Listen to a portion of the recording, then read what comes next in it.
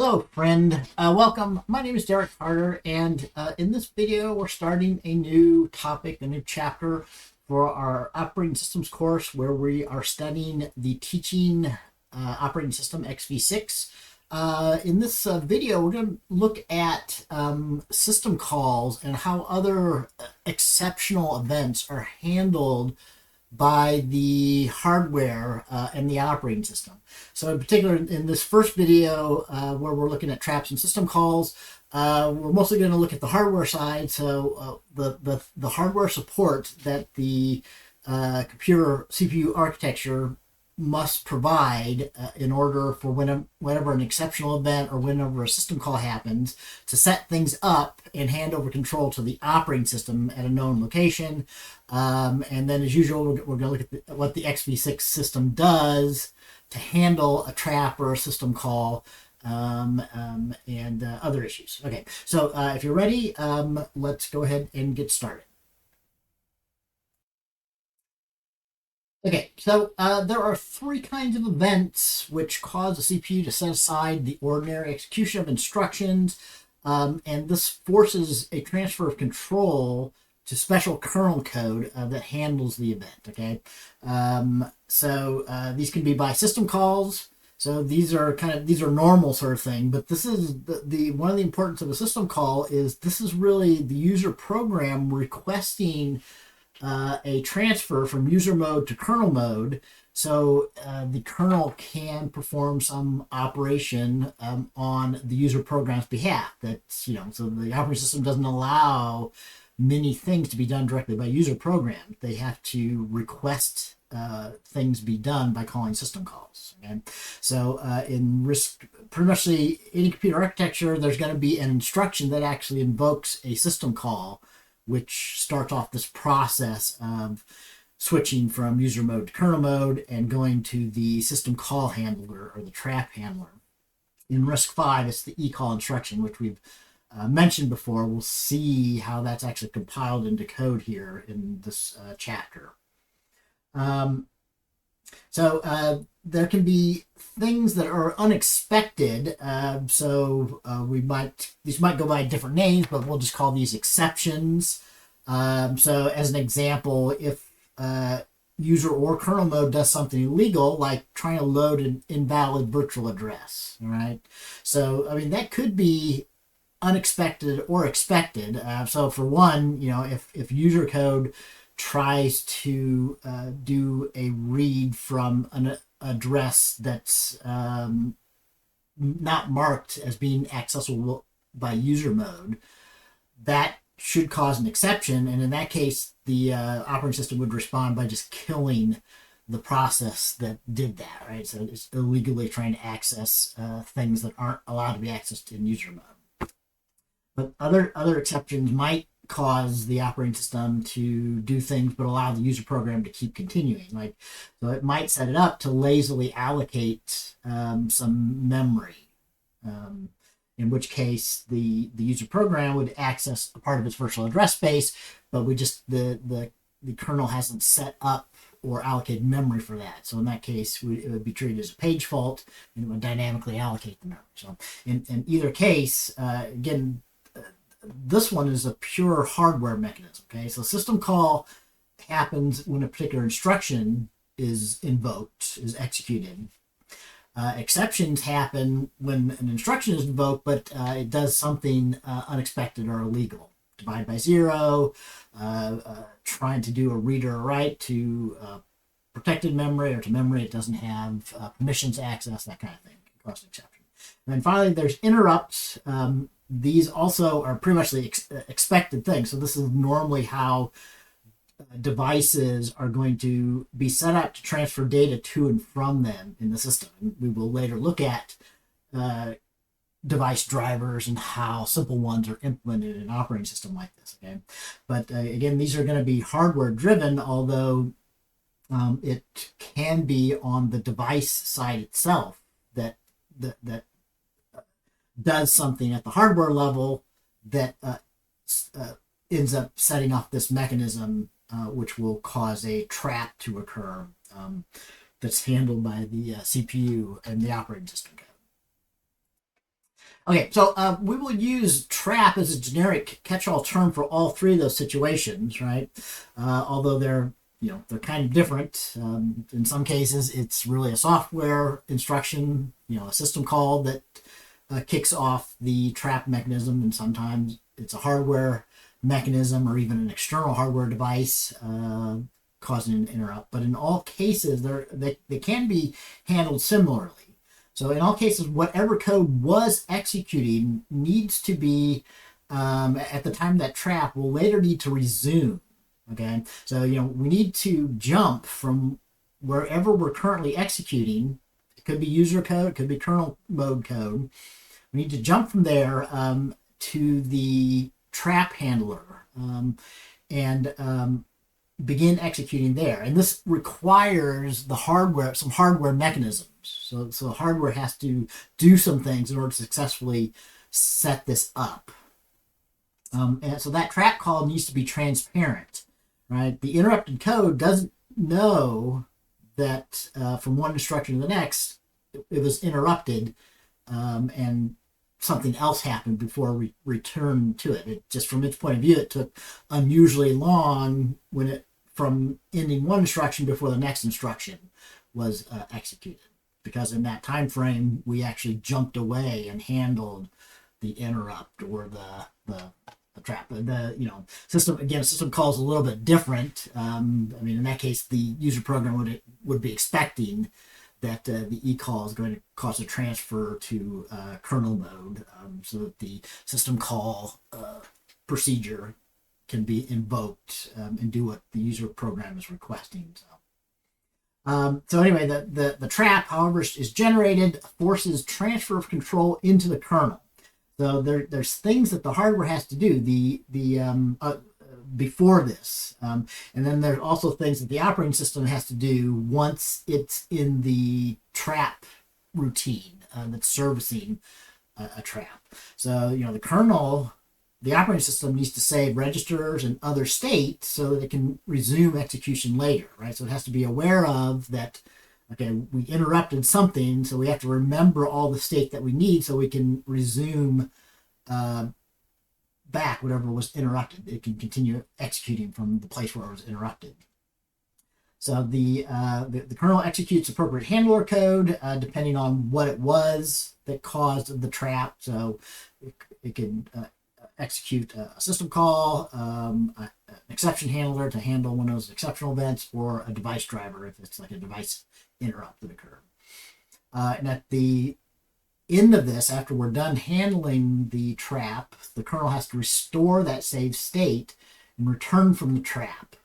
So the original code then would resume where it left off. And I added the might here because, again, for some exceptional events, we might respond by killing the user process. It can't continue from that point. If it can continue, we would return back, and the code, wherever it was interrupted, would resume where it left off as if nothing happened.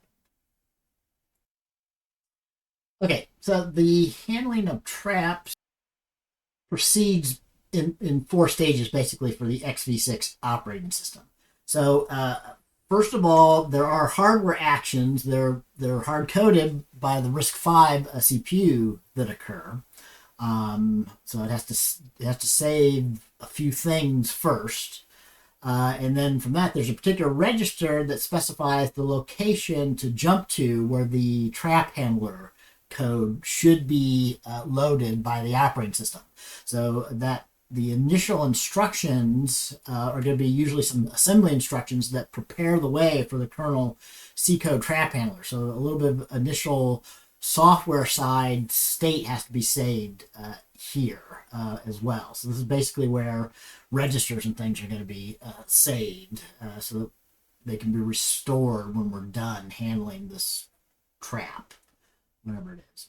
So, once kind of the state has been saved, we'll actually call a C function, which will basically decide what to do with the trap. So we'll figure out what type of trap occurred, an exception, a system call, or an interrupt from a device, and it will call the appropriate system call routine or device driver service routine. Okay? So implicitly, the state of the thing that's being interrupted, either user code or some kernel code, is saved in 1 and 2. And then after 4 is done, we have to kind of do the reverse and restore that state to return back and continue executing from the place that we interrupted. So kernel code that processes a trap is called a handler. So we'll call this the trap handler here. The first handler instructions are usually written in assembler, and you'll often hear these referred to as a vector or a trap vector. So the RISC-V architecture has a set of hardware control registers that the kernel writes to tell the CPU how to handle traps, and that the kernel can read from to find out about what trap, information about the trap that has occurred. All right. So this is the we'll look at the little bit of this in the code in detail here in a moment, but so be aware that this is the hardware support mechanisms for traps is through kind of these sets of registers and the conventions by which they're used. All right. So there's a particular register, STVEC, which probably stands for something like system trap vector. So this is the operating system needs to write the address of its trap handler. It needs to write the address of that initial code that's going to be called immediately after the hardware steps that we'll talk about the next slide here happen, right? So this will be the place that RISC-V CPU jumps to that address, whatever set in there in the STVEC register to handle traps. Okay. So we need to be able to return back to the next instruction. So that's what the program counter holds the address of the next instruction to fetch and execute. So when a trap occurs, the program counter will be copied to the SEPC register, which is a save of the program counter or something like that. Because basically it's going to save the program counter, and that's going to set the program counter to be whatever is in the STVEC register in order to jump to the trap handler code. And there's another machine instruction that can only be used in user mode, return from trap, so S trap return, which basically it expects that the location to return to is in the SEPC register, the saved PC register. So when that gets called, whatever's in this, the actual program counter will be replaced by this, so that the next instruction will be executing from the program counter. So this is how we return back after we handle the trap here. So the kernel can control that. So the kernel can write to that SEPC register to control where the ST return returns to, if needed. There's a couple of other things. So scause. So when we get to the point where we have to figure out what it was, like an exception or a system call or a device interrupt, we will look at the scause register, which will describe the reason for the trap here. In order to save state, so the very first trap vector assembly instructions have to save the state, which mostly comes down to saving the registers that might have been being used by the user program that just got interrupted, right? But the kernel has kind of a problem in that it can't use any registers at this point because they might have data that needs to be saved.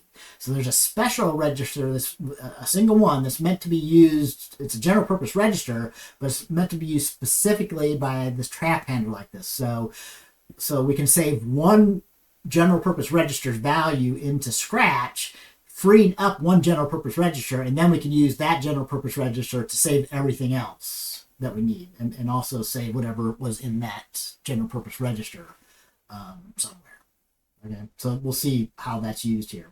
And then there's actually a register that has a bunch of bits that act as status flags or control flags. So a couple of these are used in the trap machinery for RISC-V. So the SIE bit is how you enable or disable device interrupts. So basically, if we're in an interrupt handler, we might want to disable interrupts so no other interrupts can occur until we're done handling the current interrupt, right? So that can be done by clearing or enable the SI bit in the status register.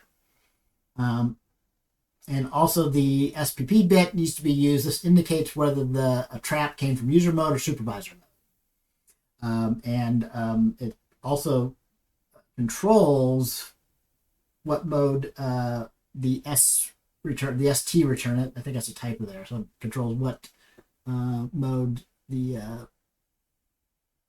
instruction that returns back from the trap, what mode we return back into.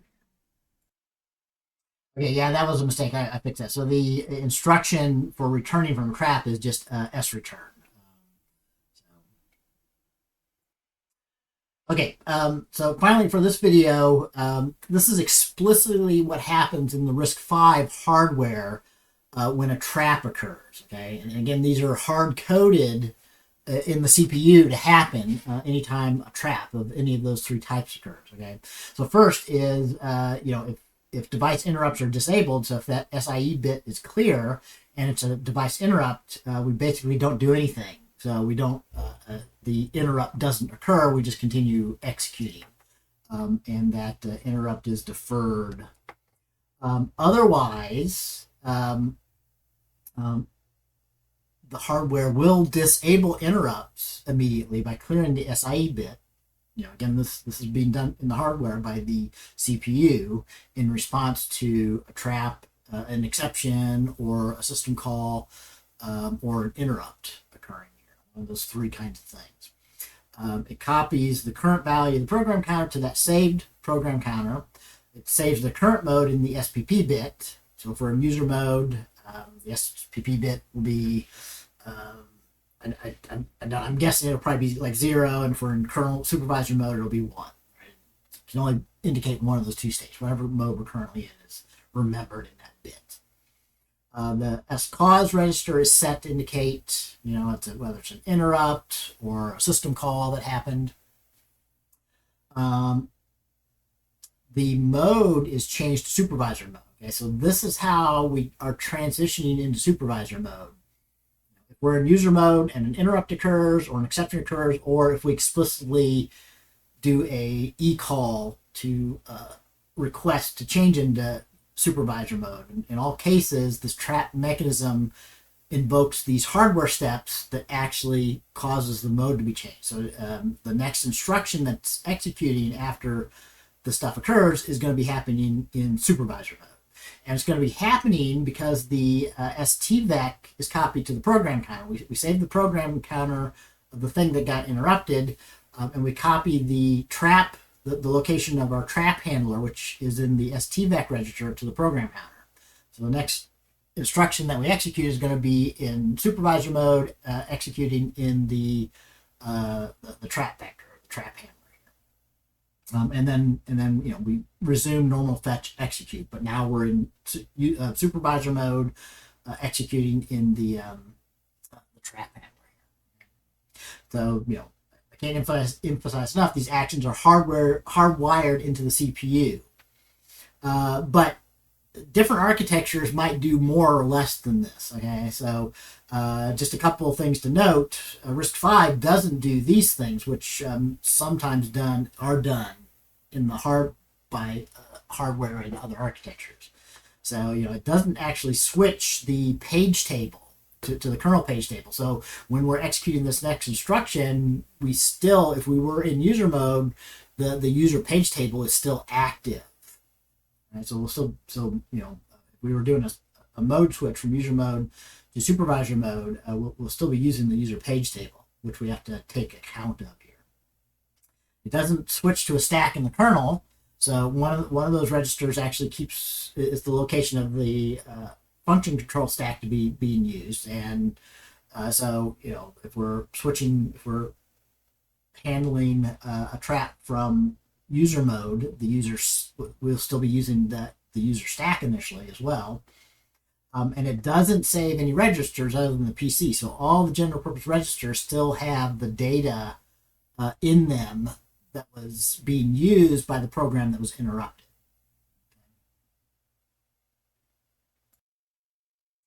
Okay, so that's it for this video. We haven't looked at code yet, so in the next video we'll jump in and actually look at this code and what happens when a trap occurs in user mode. But what we've covered so far is the most important points you should remember going forward here when we look at the details is that there are 3 kinds of events that can cause a trap.